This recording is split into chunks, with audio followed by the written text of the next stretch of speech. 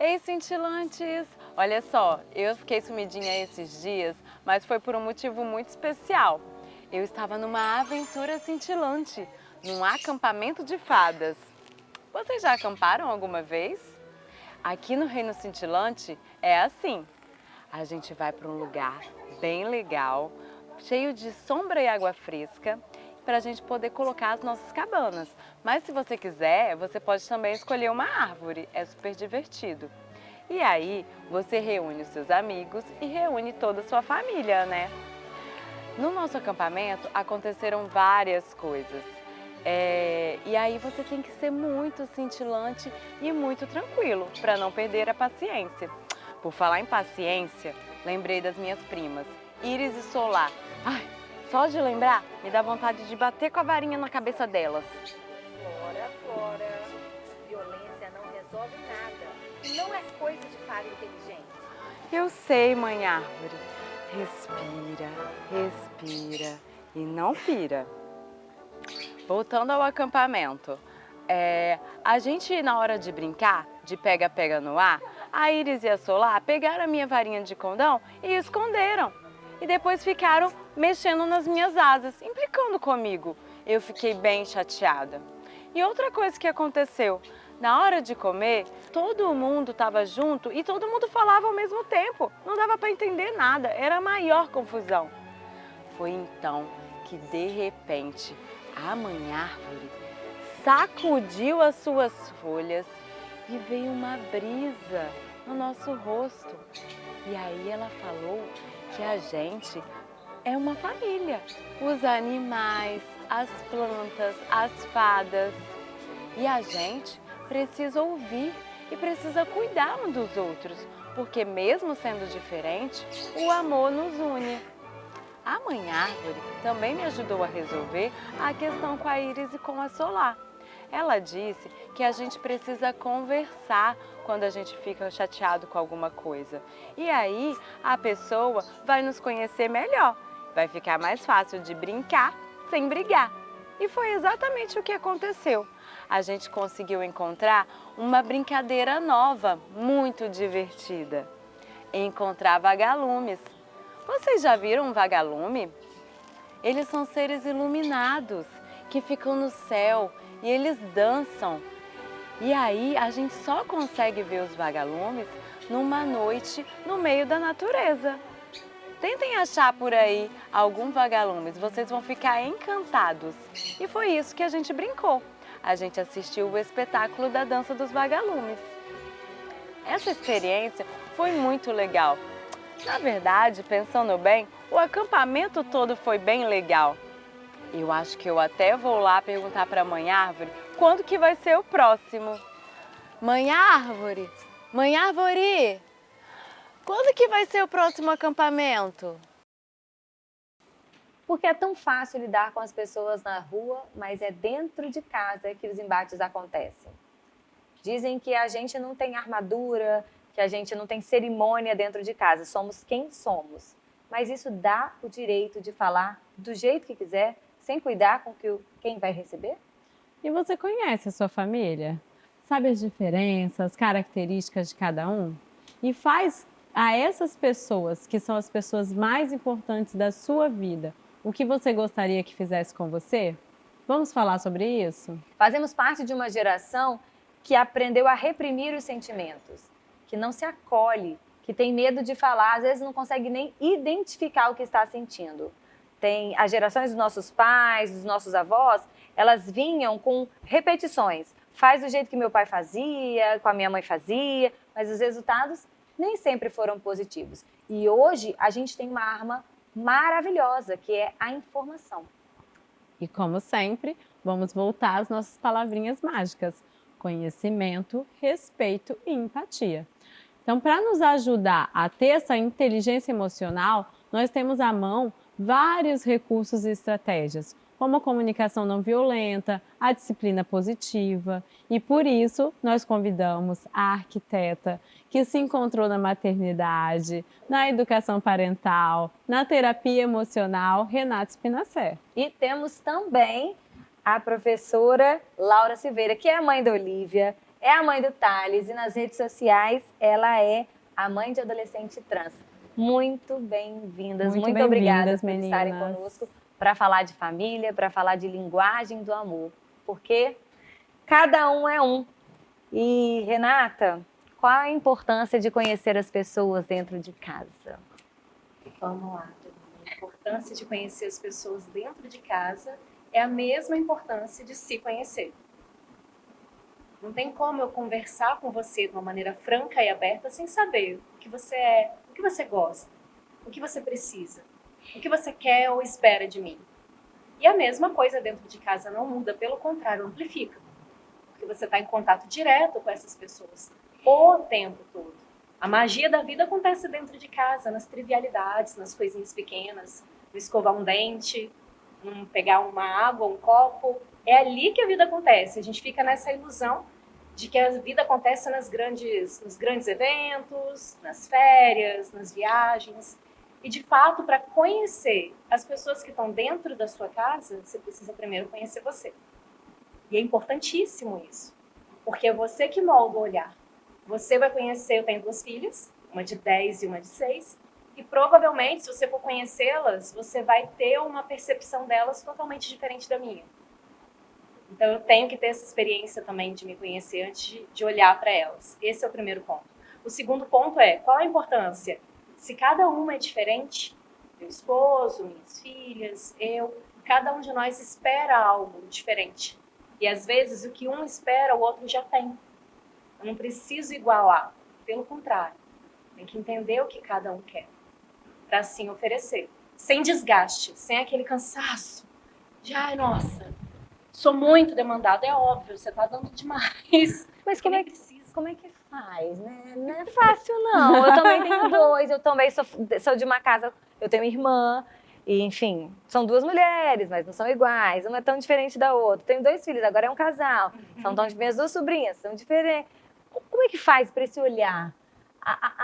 Professora, eu queria... Desculpa, gente, eu chamo ela de professora porque ela é professora, tá? Mas, assim, Laura, me diz, como que é identificar isso? Como é que faz para identificar essa... Lógico que é um exercício, né? É um exercício diário. Sim. Você também é filha de... Tem irmãos?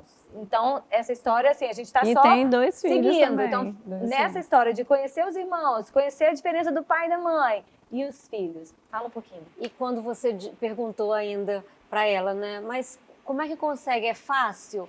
Não, e ninguém falou que seria fácil.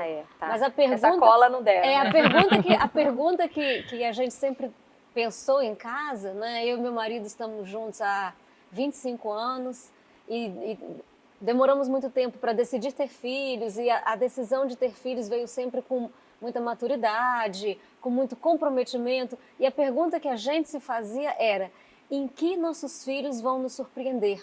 Porque nós sabemos que surpreendemos nossos pais quando decidimos, por exemplo, sair de casa para estudar em outra cidade, coisa que geração anterior não fazia.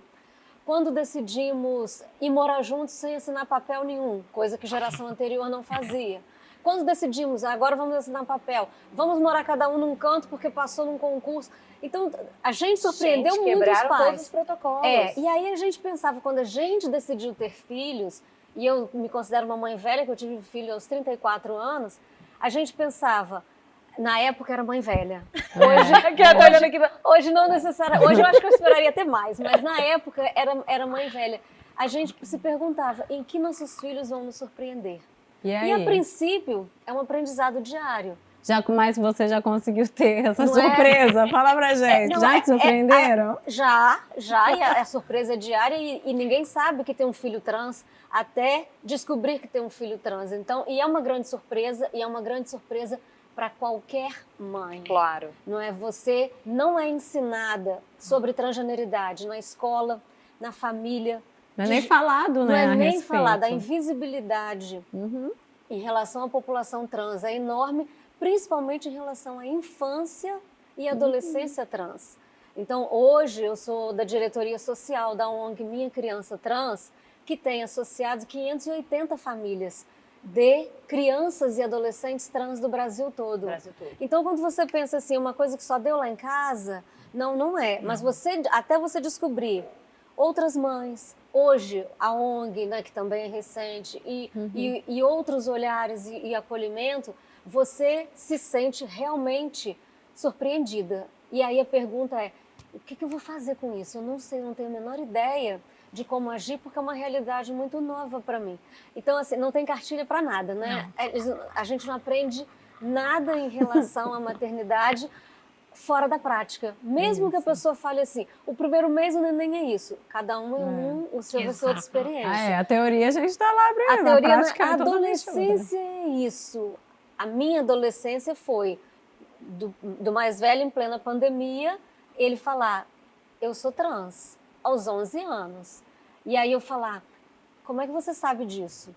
Ele, eu sei, eu sempre me senti um menino, eu venho tentando me entender, mas agora eu tenho certeza. E aí eu falar, então agora eu tenho que aprender a respeito, porque embora eu seja professora há milhares de anos e tenha sempre tido muito contato com alunos de uma diversidade muito grande em todos os sentidos, aluno trans sempre foi o mais raro, aquele que era a exceção da exceção, porque inclusive a escola é um local de expulsão da população invisibilidade trans, e de expulsão. A evasão da população trans da escola é muito grande. Então eu não tinha conhecimento mesmo. Fui pesquisar, fui aprender para acolher, para garantir a ele o respeito, o entender a diferença, o mostrar para família. Porque essa primeira comunidade família é a que mais vai doer. Porque dali, sabendo, aqueles ali, aquele que são a acolhimento base, ali, né? E eu não falo só pai e mãe, eu falo pai, mãe, avó, tio e tia, que eles estão sorrisos. A gente sabe como é que família é de uma maneira geral. Tem aqueles que são carinhosos na frente, mas não é que nas costas, mas eles não sabem lidar, não sabem respeitar, enfim, alguns e não sabem. Também tem essa questão, né? Tem a falta de saber. E tem a falta de saber e a questão de não querer saber. Sim. E aí, tudo isso. Então, quando você primeiro trabalhar esse primeiro núcleo mais duro, porque lá fora, nós estamos aqui para dar aquela... E lógico que vai ter um momento que ele vai precisar estar sozinho. Mas ainda mais nesse início, ele é uma criança, né? Sim. 11 anos? Ele tinha 11 anos à época. Hoje está com 13. Mas, de fato, assim, a família é o principal pilar para toda criança. Para uma criança trans, principalmente.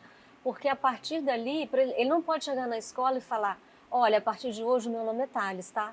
Não. Eu tenho que assinar um documento e falar, a partir de hoje o nome dele é Thales. Tudo da criança e do adolescente trans, quem garante é a família.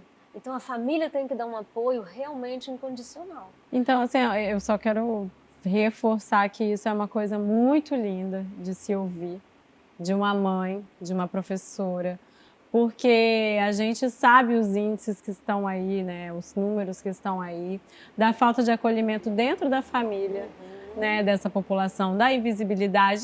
Você não sabe de nada, você só vai saber disso quando não... E nega, e nega, e nega, e nega. E a gente sabe da importância, porque a criança é isso, ela não tem autonomia, ela não tem autonomia jurídica, ela não tem autonomia nenhuma.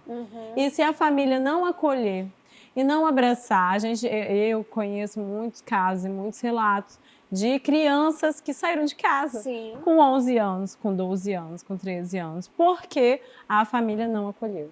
E aí ela teve que sobreviver no mundo sem esse acolhimento. Por falar, às vezes, porque a família não acolheu, porque não tinha conhecimento, porque não houve essa linguagem, né? Esse entendimento da linguagem do amor. Do amor, é isso que eu ia falar. E se não tivesse essa linguagem do amor, esse amor que a gente nem consegue explicar, você... Mesmo que... Também não posso dizer que na hora do susto não tem amor. Tem um susto. Pera lá. Eu não imaginei, eu não estava pronta para isso, eu não estava entendendo. Vamos junto? É que a linguagem do amor nesse caso é vamos junto? Sim, exatamente. Vamos conhecer junto, porque você vai ter que me explicar, eu vou ter que entender, eu vou ter que também explicar. Ele também está tentando entender.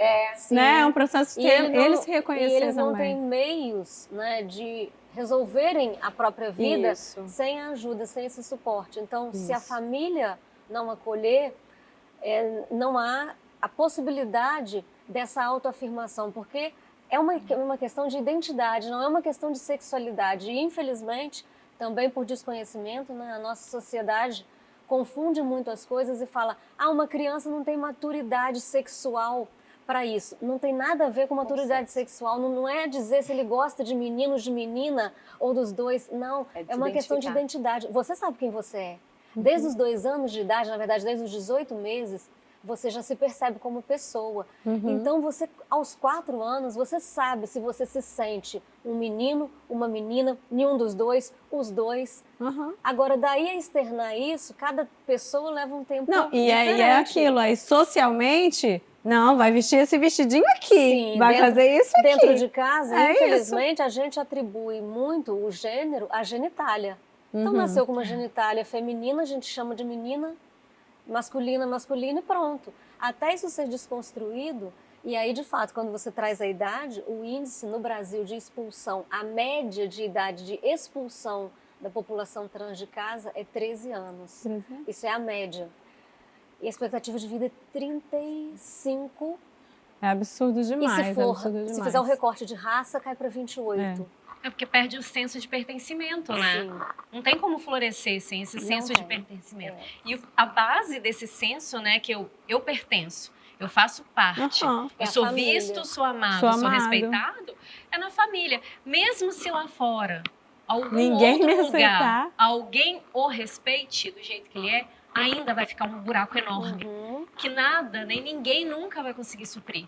Porque a base mesmo, o pilar principal do pertencimento não aconteceu. Sim, e o contrário, né? Como você ia falar, mesmo se do lado de fora ninguém respeitar e for uma luta diária, ele sabe que ele tem A base. Nutrido dali da base, base. que ele tem o refúgio dele, assim, que se der errado na escola, se ele sofreu um bullying na rua, se acontecer uma coisa negativa, ele pode na mesma hora pegar um telefone ou correr para casa e falar: pai, mãe, tá dando ruim, deu ruim.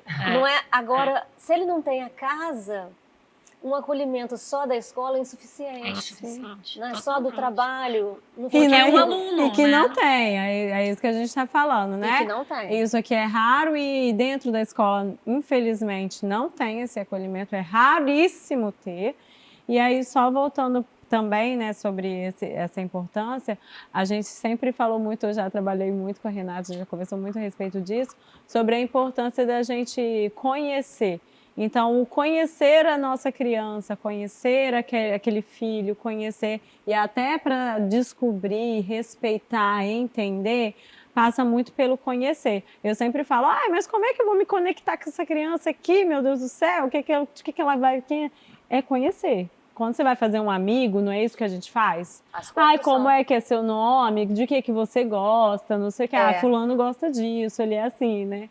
Então a gente passa por isso. E quando a gente está com a criança, dificilmente a gente tem esse costume de sentar e respeitar e conhecer o limite, né? Eu tive o prazer de conhecer as filhas da Renata, que eu amo de paixão, e que são 2 crianças, sim, totalmente diferentes, com linguagens de amor diferentes. Isso é muito legal. E eu queria perguntar, ela falou de diferentes. A gente é muito diferente e muito igual às pessoas? Ao mesmo tempo? Claro, claro. No final das contas... Olha que papo de doido, vamos lá. É tipo isso. A gente gosta assim. No final das contas, se for olhar assim, panorama geral da humanidade, você vai ver que todo mundo quer a mesma coisa. A gente quer reconhecimento, a gente quer elogio, a gente quer ser amado, a gente quer liberdade. Todo mundo é igual nesse aspecto. Todo mundo. Então, sim, somos muito iguais. Ao mesmo tempo, existe uma certa individualidade, que é isso que começa lá, que te separa. Sim. E que te faz única. O que é isso? É a sua história, é a sua ancestralidade, é seus gostos pessoais, sua trajetória de vida. Se for olhar, é seu DNA, é seu... Um contexto todo, né? Que é exclusivo seu. Isso é maravilhoso, imagina, né? Se fosse todo mundo igual, qual é a oportunidade de crescimento e de aprendizado que a gente teria?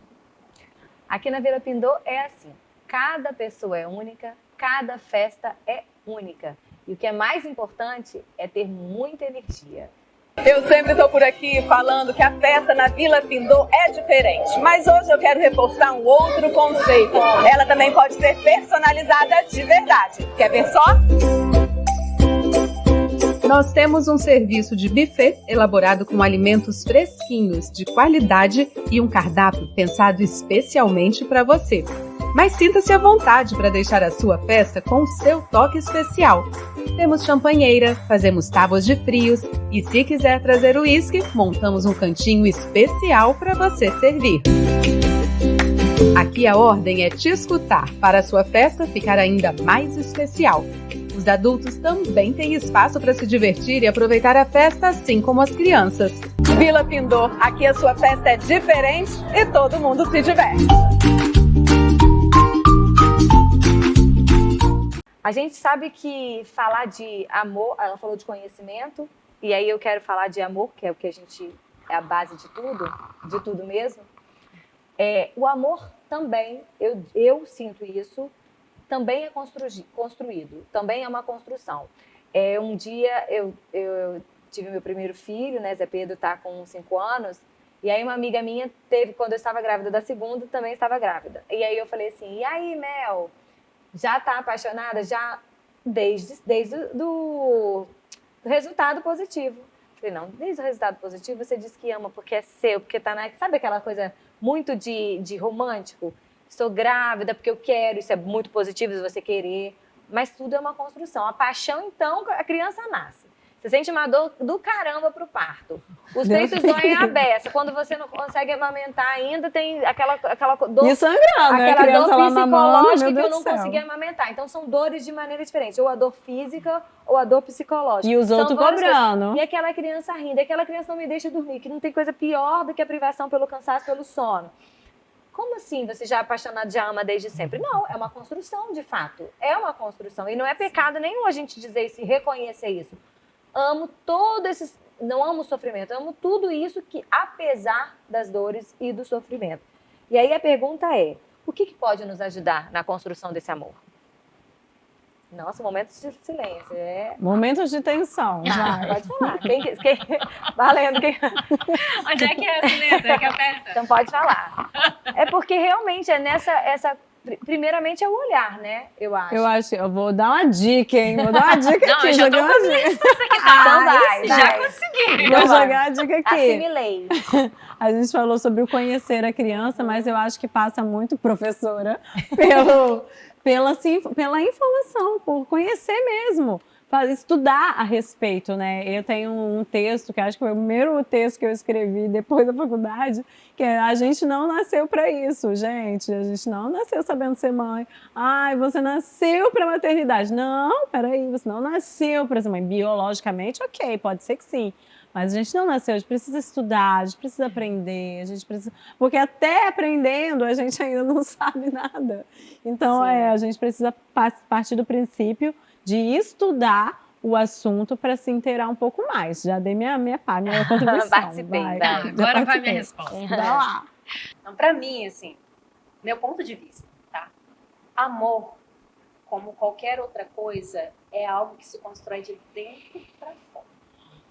Quando você me perguntou como conhecer, conhecendo primeiro a ti mesmo, né? Classicão isso. Eu não consigo conceber o amor pro outro sem ter primeiro o meu amor próprio. Como que eu vou me amar? Meu Deus, eu sou assim. É crítica, autocrítica a gente tem de caçamba, né? Todo gavetas. mundo. É só abrir as gavetas, tem várias. Tem que enxuxar, empurrar pra fechar. Eu preciso começar por mim. Então, sabendo quais são as minhas dificuldades, minhas tendências ao escapismo, às dificuldades mesmo, aos vícios de comportamento e também as minhas qualidades e virtudes, aí sim eu consigo pegar isso e entregar para o outro. É algo que eu nutro dentro e aí eu entrego. Sendo assim, passa a ser aquele tal amor incondicional que se fala tanto e pouco se assume. O que é incondicional? É sem condição alguma. Apesar de, ou independente de, a minha pequena pergunta muito isso para mim. E se eu matar, você vai me amar? Vou te amar. A cara dela. E se eu pular e estragar aquilo lá, você vai me amar? Eu vou te amar. É incondicional.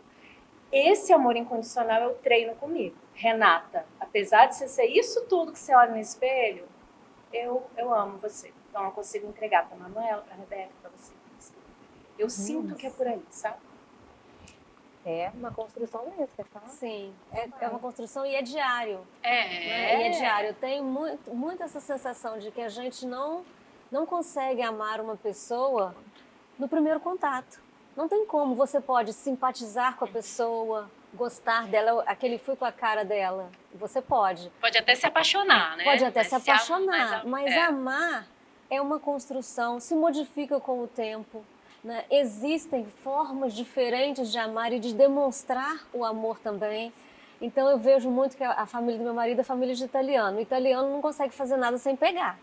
Então para eles demonstrar amor, demonstrar afeto, tem que estar primeiro pegando, abraçando, do toque. Eu já não sou do toque. Então para mim eu demonstro afeto muito mais com coisas que eu falo ou promovo para as crianças. Então eu já sei que gosta mais de um prato, eu faço aquele prato quando eu estou com as crianças. Afetos nesse sentido. Vi uma coisa que eu acho que as crianças vão se interessar, eu já chamo e mostro. Mas eu não sou de ficar pegando, mas eu entendo o pegar, o toque também como essa demonstração. Outras linguagens, né? Então são outras linguagens e é de fato uma construção diária porque as pessoas estão sempre em construção também.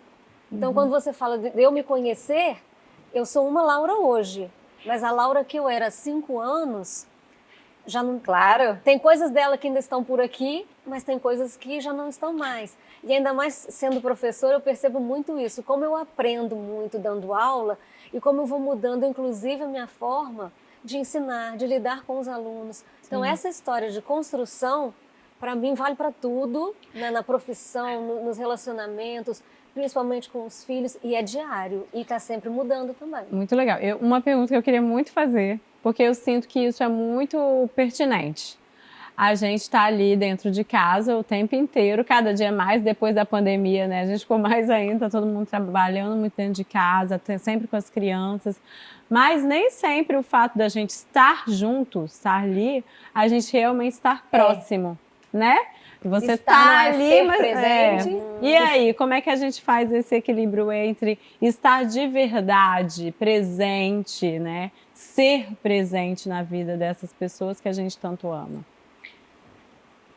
Ponto 1, vamos lá.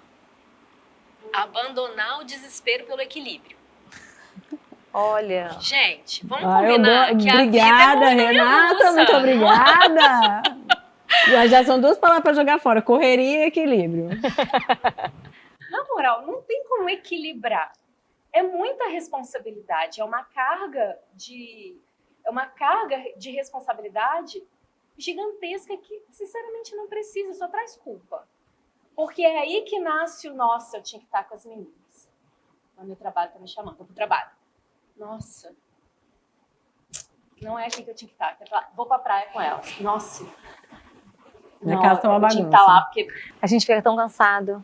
exaure tudo ali só na culpa. Então, a primeira coisa que eu fiz, eu particularmente, eu indico muito que seja feito não precisa ser equilibrado. Ponto. Então, tem dias que eu não vou produzir nada e eu vou ficar 100% entregue com as minhas crianças, com o meu lazer, com os meus livros e tudo. Mas eu vou estar presente ali.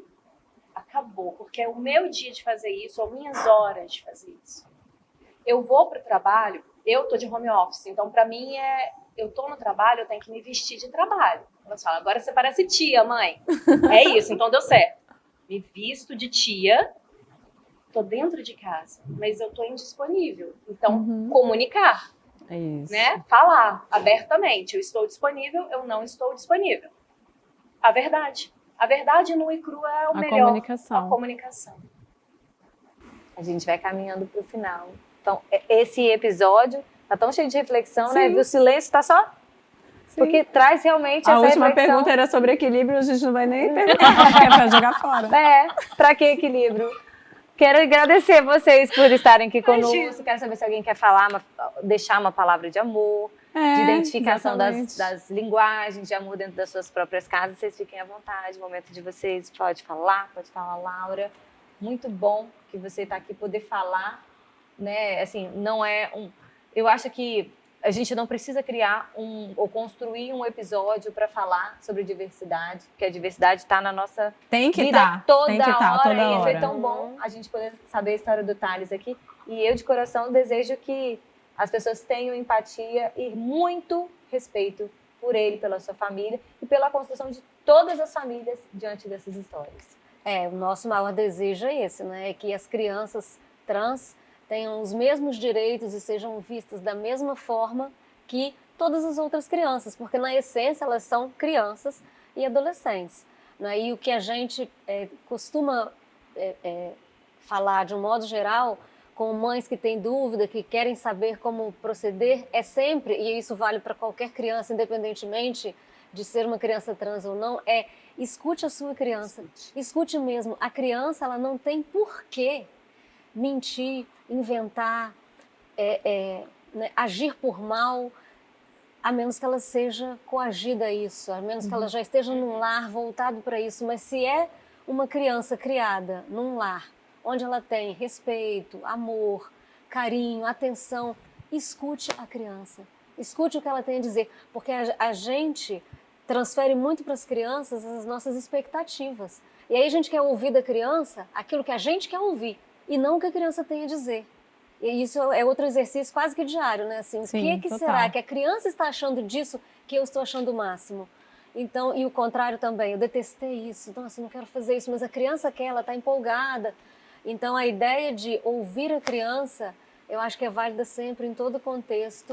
E principalmente quando a criança começa a virar adolescente, ela quer ter mais voz ainda dentro de casa, ela quer mostrar que ela é alguém. E não é ter voz de mandar, é ter voz de ser ouvida. De ser Sim. ouvida. E isso, Total. De se expressar realmente. o meu recado principal é sempre esse, assim, escute a criança. Muito bom, muito Obrigada. bom, muito válido. É Foi só um prazer, agradecer, né, gente. vocês duas a estarem aqui. E é isso, gente, o amor e respeito seguem juntos, né? Se é dentro de casa que tudo nasce, né, nós vamos cuidar para que a gente possa absorver o melhor de cada um. Então, desenvolver, nosso programa queridinho vai ficando por aqui e a gente espera na próxima semana. Obrigada, Obrigada, meninas. meninas. Obrigada. Até semana que vem. Até.